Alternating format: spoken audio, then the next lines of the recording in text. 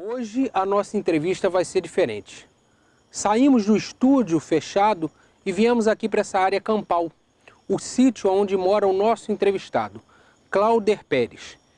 Ele é psicólogo e pastor de formação clássica e tradicional. E nós vamos conversar hoje sobre fé e superação. Será que a gente tem a real dimensão do que seja fé?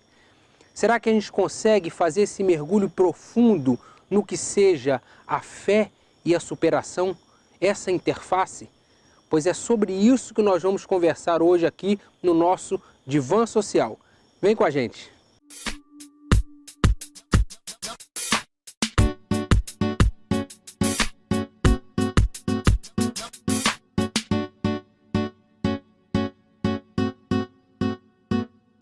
Olá, estamos aqui novamente no nosso Divã Social. Hoje o nosso divã está um pouco diferente. Estamos aqui com Cláuder Pérez, o nosso grande amigo, que nos recebeu aqui no seu sítio. Cláuder, muito obrigado por ter aceito o nosso convite da entrevista e também por ter nos recebido aqui nesse recanto muito bonito para a gente conversar um pouco sobre fé e superação. Que seja uma conversa agradável, é um prazer meu. A gente já caminha já há um tempo, né, e que as respostas, as perguntas, os comentários sejam dentro das expectativas, né, que a gente consiga alcançar, né, esse alvo, esse objetivo. Não, sem dúvida. Mas antes, um pouco da gente entrar exatamente no nosso tema, eu queria que você contasse um pouco para a gente e também para os nossos telespectadores, um pouco da sua história, né? Você que é psicólogo, também pastor, né? Tem essa dupla formação e essa dupla jornada, uma longa experiência. E eu queria que você dividisse um pouco para a gente, conta um pouco como é que foram essas formações e a sua trajetória. Então, eu sou formado pela Igreja Presbiteriana do Brasil, né? Em 92, eu fui morar em Campinas, fiquei 2 anos estudando lá. Depois eu vim para o Rio, né? No Rio de Janeiro eu terminei a minha formação no MER e atuei como pastor na Igreja Presbiteriana do Brasil do Itanhangá, né, e da Barra da Tijuca também. Morei um tempo lá em Jacarepaguá, depois vim para Maricá, montei uma igreja aqui, né? Montamos uma igreja aqui. Obviamente que não foi somente eu, né? E a igreja é a Missão Plena, né? Hoje eu estou um pouco afastado em função, né, do acidente que eu tive. Foi uma trajetória de 15 a 17 anos aqui em Maricá, fora o tempo que eu tenho em outros lugares. Eu acho que eu trabalhei uns 7 anos ali no Rio de Janeiro como pastor. E depois, né, eu procurei a minha formação como psicólogo. E aí comecei minha trajetória contigo, né? A gente fez aquele trabalho ali, ainda era um trabalho administrativo, ali no CAPS, depois fomos trabalhar no ambulatório de saúde mental.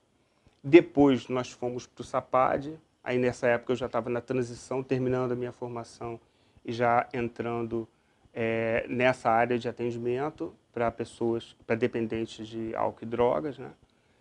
E agora eu dei uma parada em tudo, tive que parar, né, em função do acidente, tive um acidente muito sério no ano passado. Trabalhei também na assistência social, nesse período um pouco depois, e trabalhei como coordenador do Centro de Referência de Assistência Social, o CRAS, né?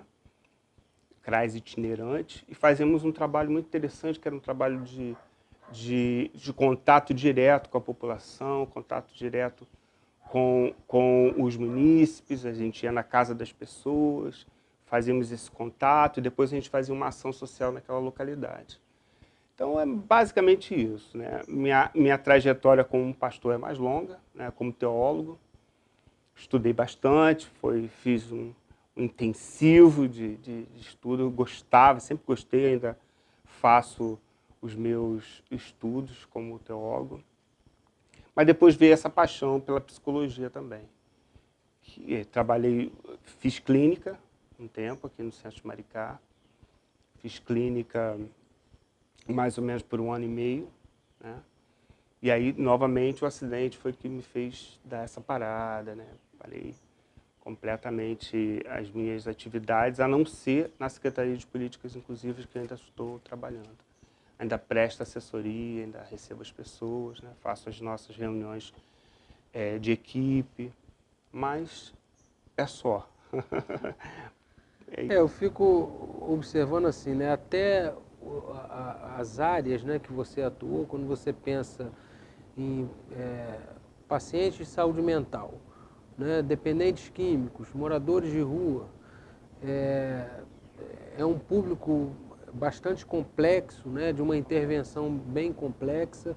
Não é fácil trabalhar com essa demanda, são demandas que exigem uma disponibilidade, né, uma integralidade de visão, de intervenção muito grande. E eu fico imaginando, então, efetivamente, em toda essa trajetória, não só no trabalho de pastorado, mas no trabalho também técnico, que muitas vezes a questão da fé, ela pode permear aí algum ancoramento ou algum suporte para os sujeitos mesmo, os sujeitos que sofrem, né?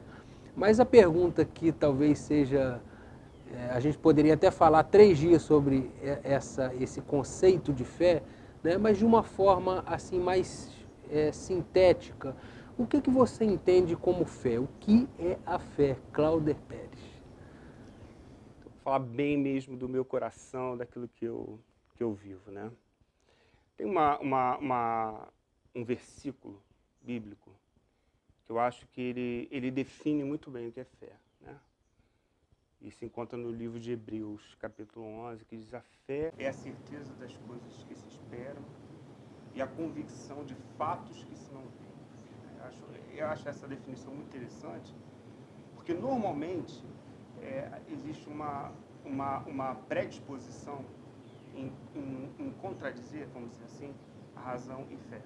Né? Uhum. E nesse texto mostra que a fé é exatamente aquilo que fecunda a razão, né? É aquilo que dá certeza, traz convicção. Então, eu entendo que a fé é esse instrumento que você se utiliza para ter convicção e certeza de que Deus, ou o absoluto, como as pessoas gostam de chamar, não sei, o Deus de cada um, vai, de alguma maneira, agir, né, na vida daquela pessoa, melhorando e tocando e orientando aquela vida. Né? Agora, é interessante também, porque a minha formação é a formação calvinista. Então, por ser uma formação calvinista, e eu entendo dessa maneira, eu creio dessa forma, não apenas pelo doutrinamento, mas porque realmente da minha construção, a fé não é algo que a pessoa possa simplesmente fazer acontecer. Segundo a teologia calvinista, a fé procede de Deus. A fé em Cristo Jesus. A fé na certeza absoluta da existência de Deus. Ela procede de Deus. É como se Deus ele trouxesse isso e inoculasse, como se ele fizesse aparecer em você essa certeza, essa convicção. Então eu acho que a fé é isso. A origem dela procede de Deus, você é o receptáculo dessa fé, dessa confiança, e a partir de então tudo passa a fazer sentido. Deus não é alguém distante, ou como dizem os gnósticos, né?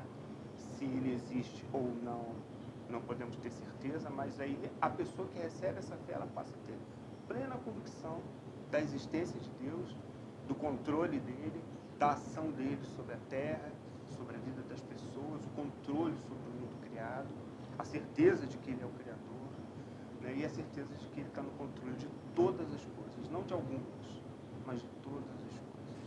Todas as coisas estão de fato nas mãos dele. Como sair de um uso ou de uma relação com a fé apenas de apoio e partir para uma relação, uma interface mais profunda com a fé, a entrega à fé. Isso deve ser difícil para o ser humano, né, Cláudio? Um pouco. Mesmo porque a gente vive numa cultura que relativiza muito a fé, né? A gente, no nosso meio teológico, a gente costuma dizer que isso é fé na fé. É fé meramente como um componente a mais, e não uma entrega e um envolvimento, né, com Deus, né? Mas eu diria que isso passa também pelo conhecimento. Se você não conhece, se você não tem um conhecimento mais aprofundado daquele com quem você se relaciona, fica muito difícil você buscar um aprofundamento, né? Então, eu acho que a partir do conhecimento, o conhecimento é como se ele viesse para modelar a sua fé, né? Para dar consistência a ela, para dar finalidade e objetividade a ela. Eu sou uma pessoa muito objetiva, né? Então, se a minha fé, ela propõe para mim um momento de oração, um momento de leitura bíblica, um momento de reflexão, de meditação, eu vou, obviamente, dar um encaminhamento a isso. Separar parte do meu tempo, o que é muito difícil para as pessoas hoje. A vida é muito acelerada. Então, na verdade, eu acho que hoje a proposta eu vou caminhando, e à medida que eu vou caminhando, eu vou tentando ter essa superficial comunicação com esse Deus, o absoluto, né? Só que isso é realmente muito mais uma superstição, eu entendo, né? E uma atitude supersticiosa do que uma ação, um compromisso realmente de relacionamento. Entendendo como nós entendemos, eu compreendo Deus como uma trindade, né? Deus, o Pai, o Filho e o Espírito Santo. Entendendo como a Bíblia me apresenta Deus como pessoalidade, eu vou procurar me relacionar com Ele como eu faço com você. Então, se eu tenho uma relação contigo e eu quero me aprofundar nessa relação, eu vou à sua casa, eu me achego, eu sento no seu sofá, a gente conversa sobre coisas, e à medida que essa relação ela vai se aprofundando, a intimidade também vai se aprofundando. Então, eu entendo que essa entrega ela vem pelo conhecimento, pelo estreitamento da relação com Deus a partir desse conhecimento, não aquilo que eu defino, mas aquilo que Ele define para mim, né? Há uma verticalidade nisso aí, né? Deus como absoluto, supremo, governante de todas as coisas, e eu me sujeito a isso aí e procuro me relacionar com Ele a partir daquilo que Ele propõe para mim. E isso é muito difícil, as pessoas hoje vivem num frenesi, não é? Elas vivem num corre-corre, e desenfreado, não tem tempo. E aí, foi aquilo que você disse, né? No momento mais obscuro da vida, no momento mais escuro, aí elas recorrem, né, meio que instantaneamente a uma relação com Ele. Então isso é meio complicado, né? Eu penso assim também, que as pessoas são muito imediatistas, né? A gente, o ser humano, ele vive quase que vendendo almoço para comprar janta, né? Quer dizer, tudo assim, muito no imediato, o que lhe parece mais confortável ou parece lhe oferecer um retorno mais imediato é o que as pessoas optam. Hoje eu diria que nós estamos numa era da descartabilidade e da artificialidade, né? As coisas muito artificiais e muito descartáveis estão hoje tomando um vulto, né? Tomando uma dimensão na vida das pessoas muito grande, né?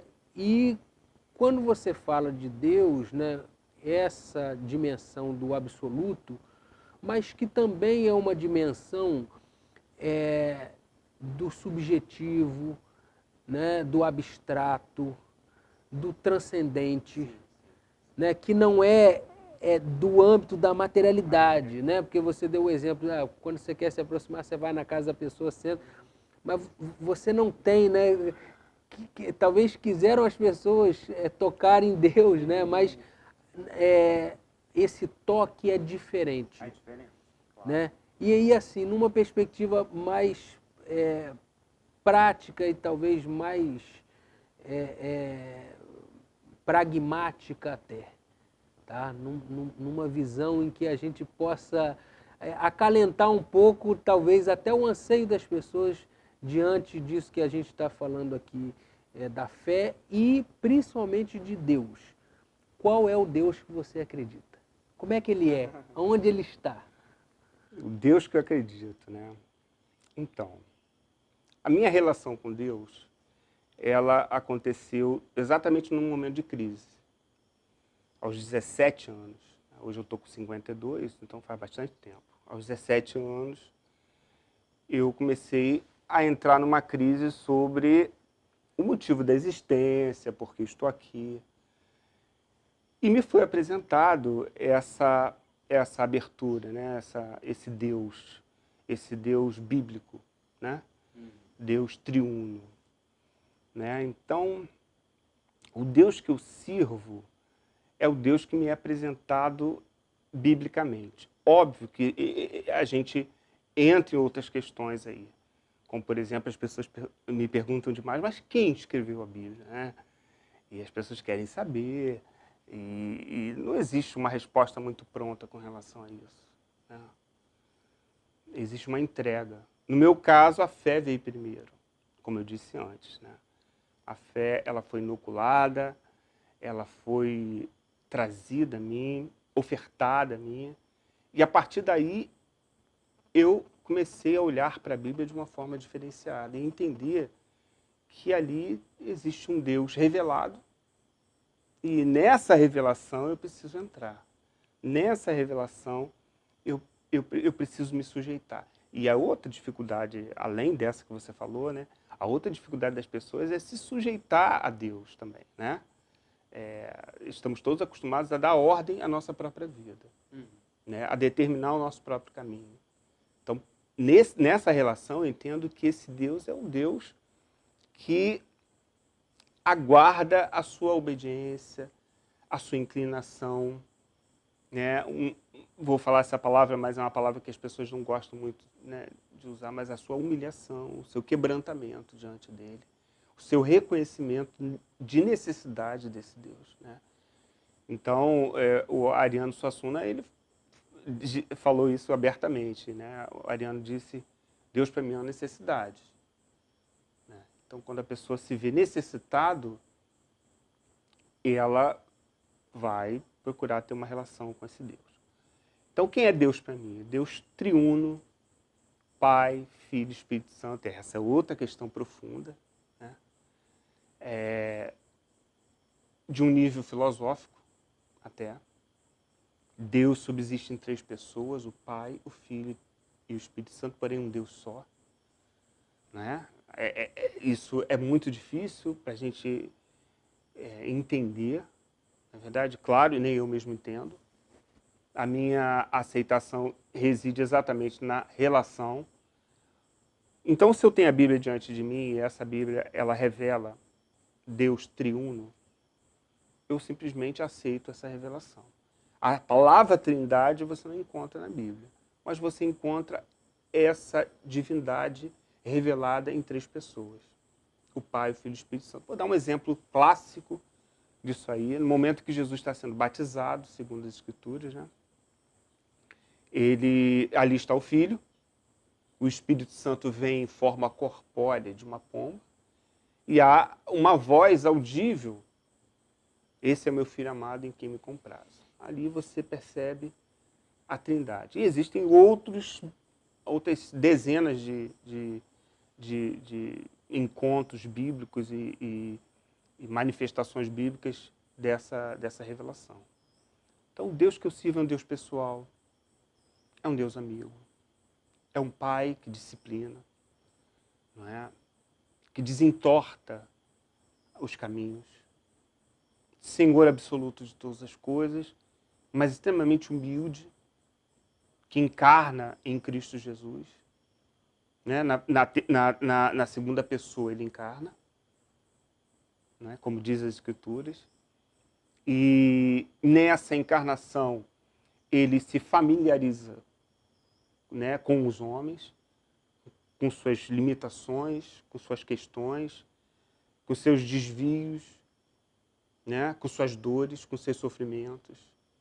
Esse é o Deus que eu sirvo. Esse é o Deus que eu creio, que não está na transcendência, embora ele seja transcendente, mas ele está na imanência. Ele também está entre nós. E a prova histórica mais contundente para nós, para mim pelo menos, é que ele encarna.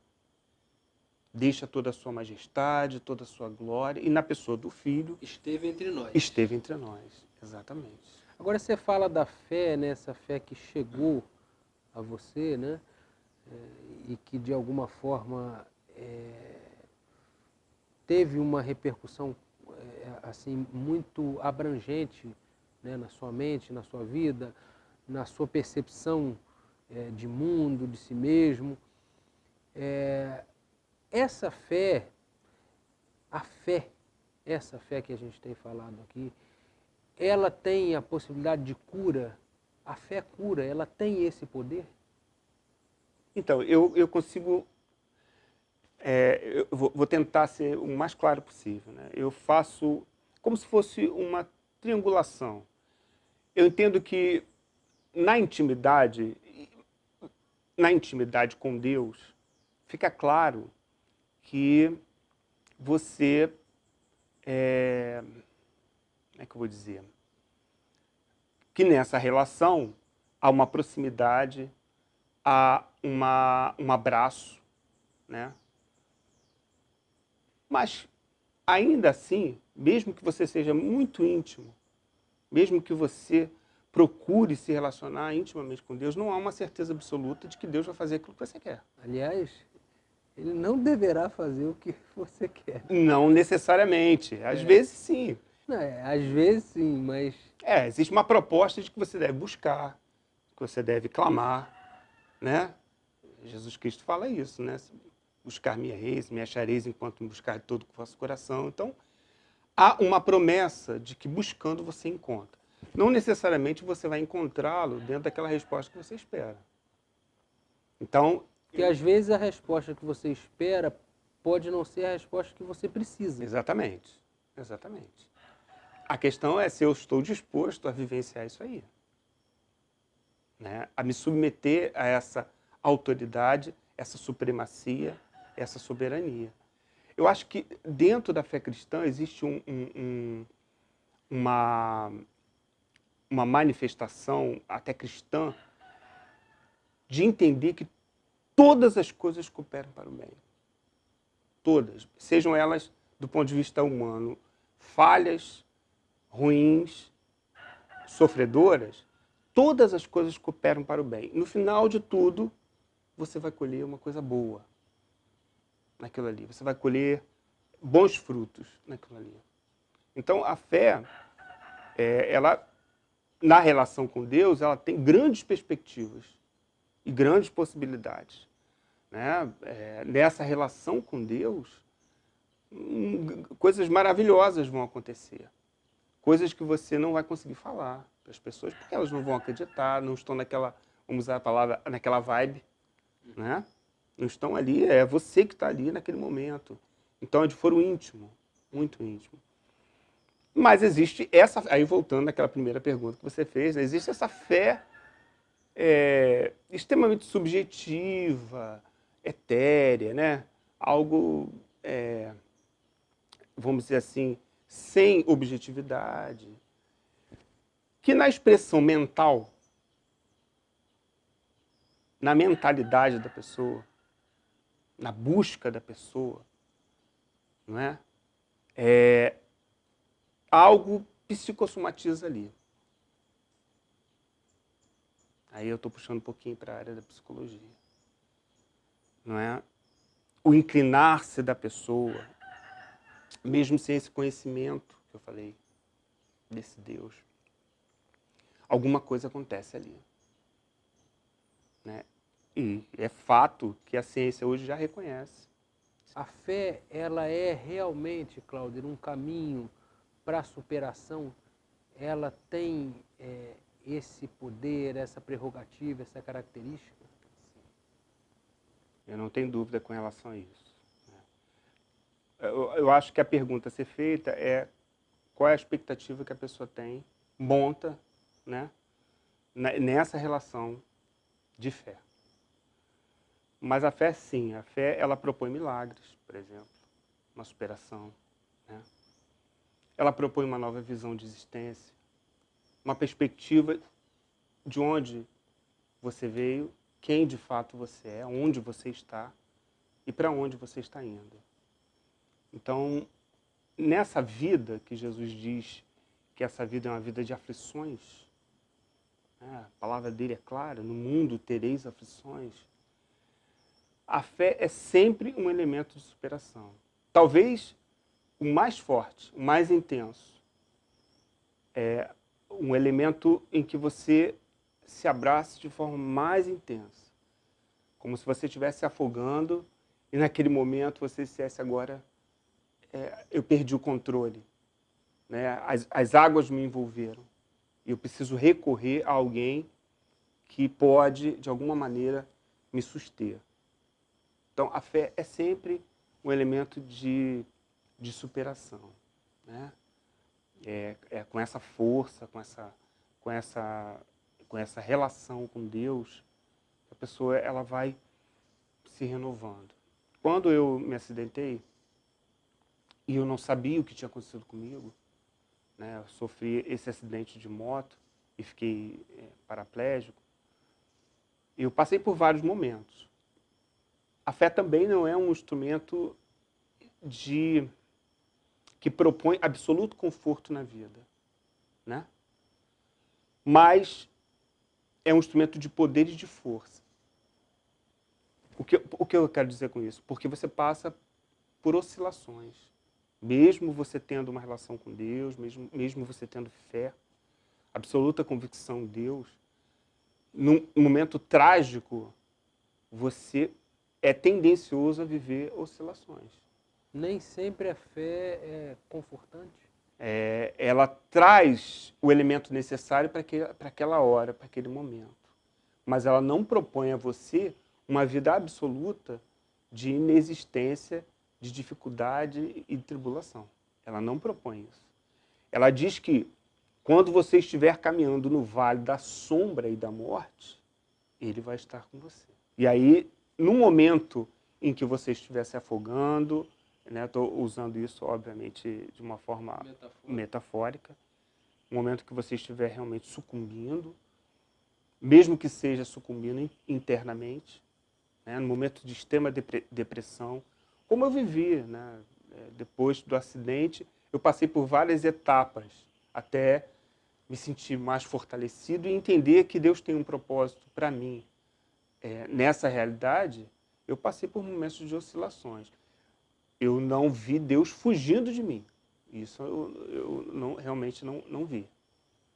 Não percebi a ausência divina na minha vida, né?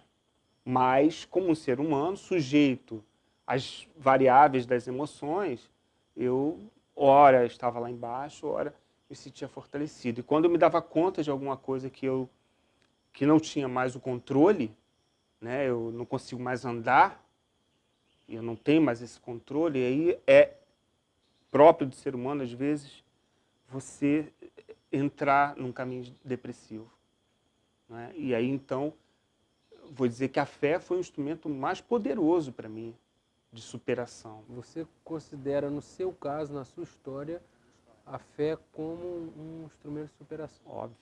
Assim, e entendo, projetando um pouco mais, né? Eu nem sou uma pessoa muito de futuro, eu gosto de viver o agora, mas ainda que minha mente ela me instigue a projetar um pouco mais a minha vida para o futuro, eu só me vejo sustentado por essa fé. Por essa fé. Ela é o elemento mais importante, realmente, vamos dizer assim, a altitude maior da existência, sabe? É o que me pega realmente e me tira dessa sensação de que a vida está sendo tragada, né? Eu sempre imagino como que isso é importante e como deve ser triste, por exemplo, uma vida que não tem isso. Eu sempre me vejo pensando isso. Como deve ser triste uma pessoa não ter a quem agradecer, a quem socorrer, além das limitações humanas. Eu percebo hoje, né, nós até no âmbito da psicologia, como as pessoas têm se resfriado muito, né? As pessoas estão mais frias, mais distanciadas, Sim. Mais voltadas para uma percepção muito egóica das coisas. Sim.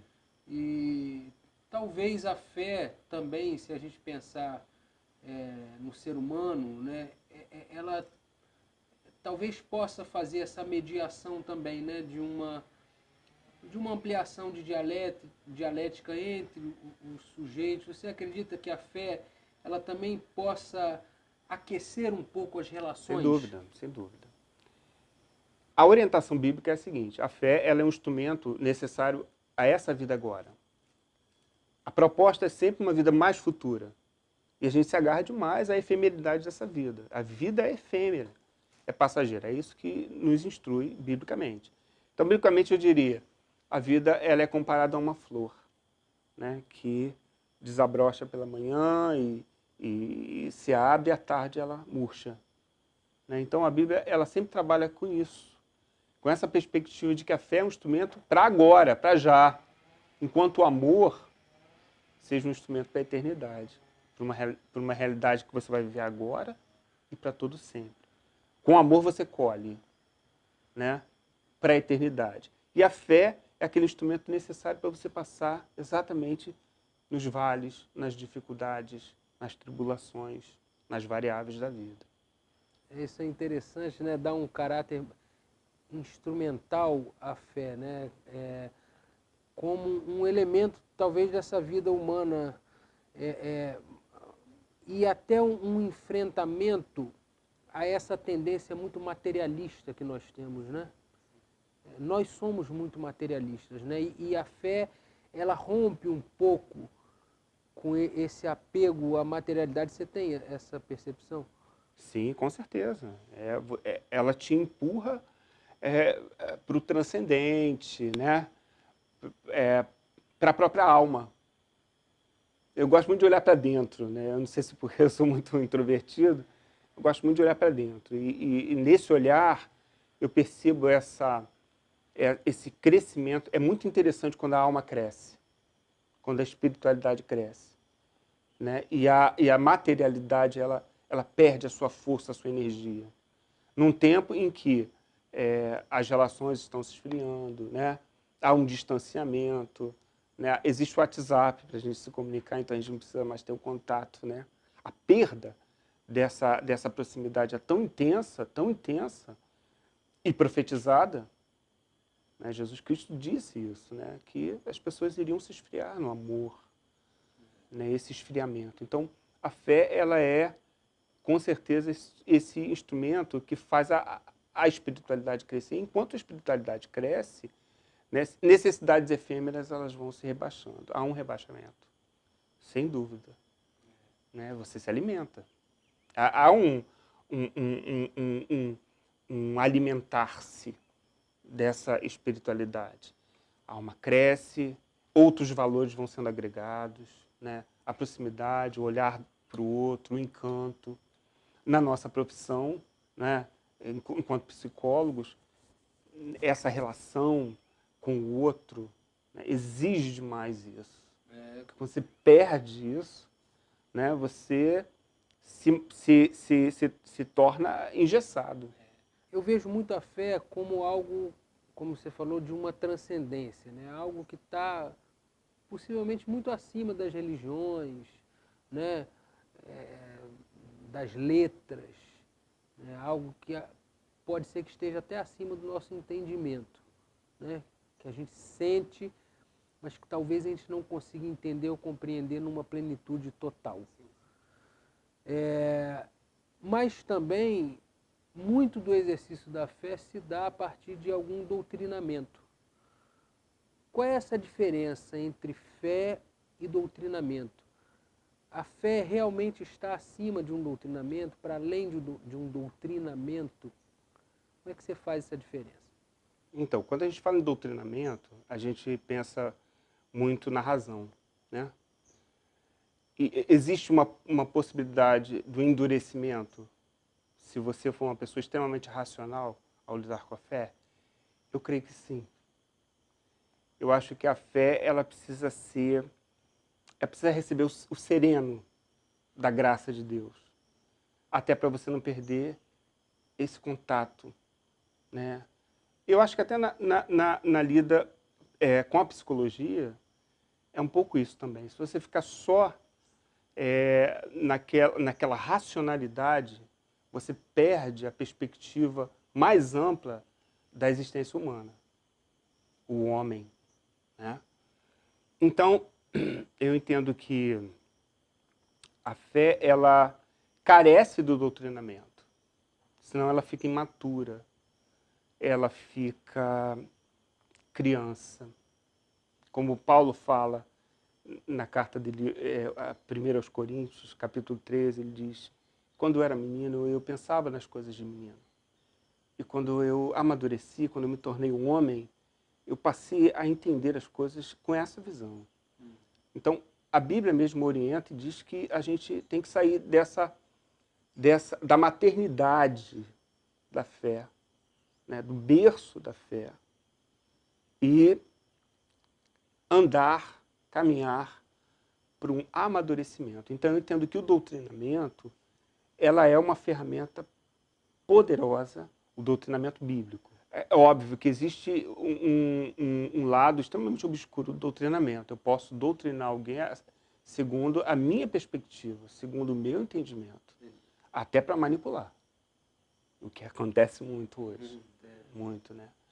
Mas existe um doutrinamento sadio, que é o olhar de todos sobre um determinado texto ou sobre uma determinada temática, né? Então, eu entendo que o doutrinamento, ele vem para auxiliar a fé, porém, existe o perigo de um doutrinamento espúrio, né? E existe o perigo de um hiperdoutrinamento que resseque a sua fé e te lance para fora de uma perspectiva do relacionamento interpessoal. Porque a fé te empurra para o outro, né? A igreja, a eclesia, te empurra para um relacionamento com o outro. Quando você perde essa perspectiva, e como você falou, se torna uma perspectiva extremamente egóica, né? E não pense que esse tipo de cultura não entra na igreja, porque entra. Sim. Né? Ele vai. E esse amadurecimento da fé, essa fé mais madura, né, como você está falando, uma fé menos infantil, ela ajuda o sujeito, por exemplo, a lidar com questões muito instintivas, como, por exemplo, a carne, né, os apelos da carne, por exemplo. A fé mais madura, ela tem também essa capacidade? Eu diria que ela pode, sim, ajudar. Eu entendo que a fé, ela tem exatamente esses dois polos de existência, vamos dizer assim, né? Ela tanto depende do doutrinamento, como também depende da intimidade com Deus, né? Se for só o doutrinamento, há um ressecamento. Então, eu entendo que, sim, a fé, ela tem esse potencial. Cláudio, conversando com você aqui, né, e escutando as suas palavras com muita fluidez, eu fico pensando na questão do pastorado, né, do exercício pastoral. É uma vocação? É um chamamento? É uma vocação, é um chamamento. Claro que a gente hoje, aqui no Brasil, a gente vê isso se tornando pueril. Se eu tenho um problema interno, um problema eclesiástico interno, eu entendo, e assim tem acontecido, eu entendo que já há um chamamento e uma vocação divina para que eu saia daquele lugar porque não há um entendimento ali, e aí se forme uma outra comunidade. Aqui em Maricá, por exemplo, nós temos mais de 1000 igrejas. É muito. Isso mostra, eu estou falando do ponto de vista evangélico, né?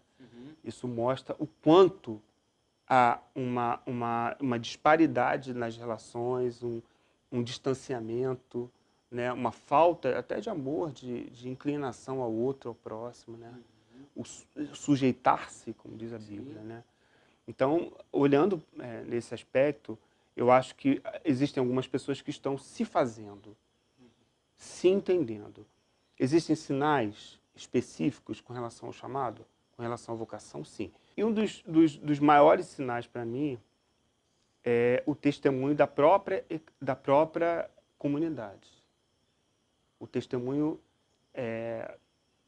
que revele a você que existe algo diferenciado na sua pessoalidade e na sua liderança. Ou que as pessoas estejam vendo essa liderança fluindo. E a partir daí, então, a pessoa pode ou não aprimorar. Esse é um outro problema, né?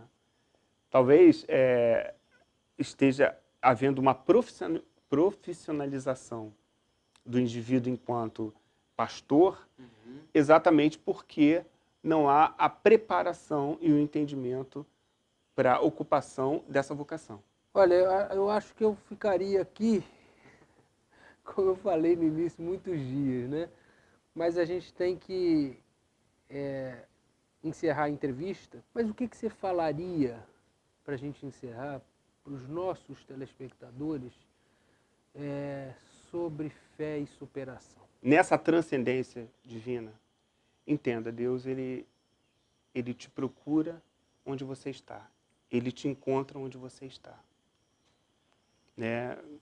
Tirando um pouco essa sombra da necessidade exclusiva da eclesia, né, do universo eclesiástico, Deus ele vai onde você está.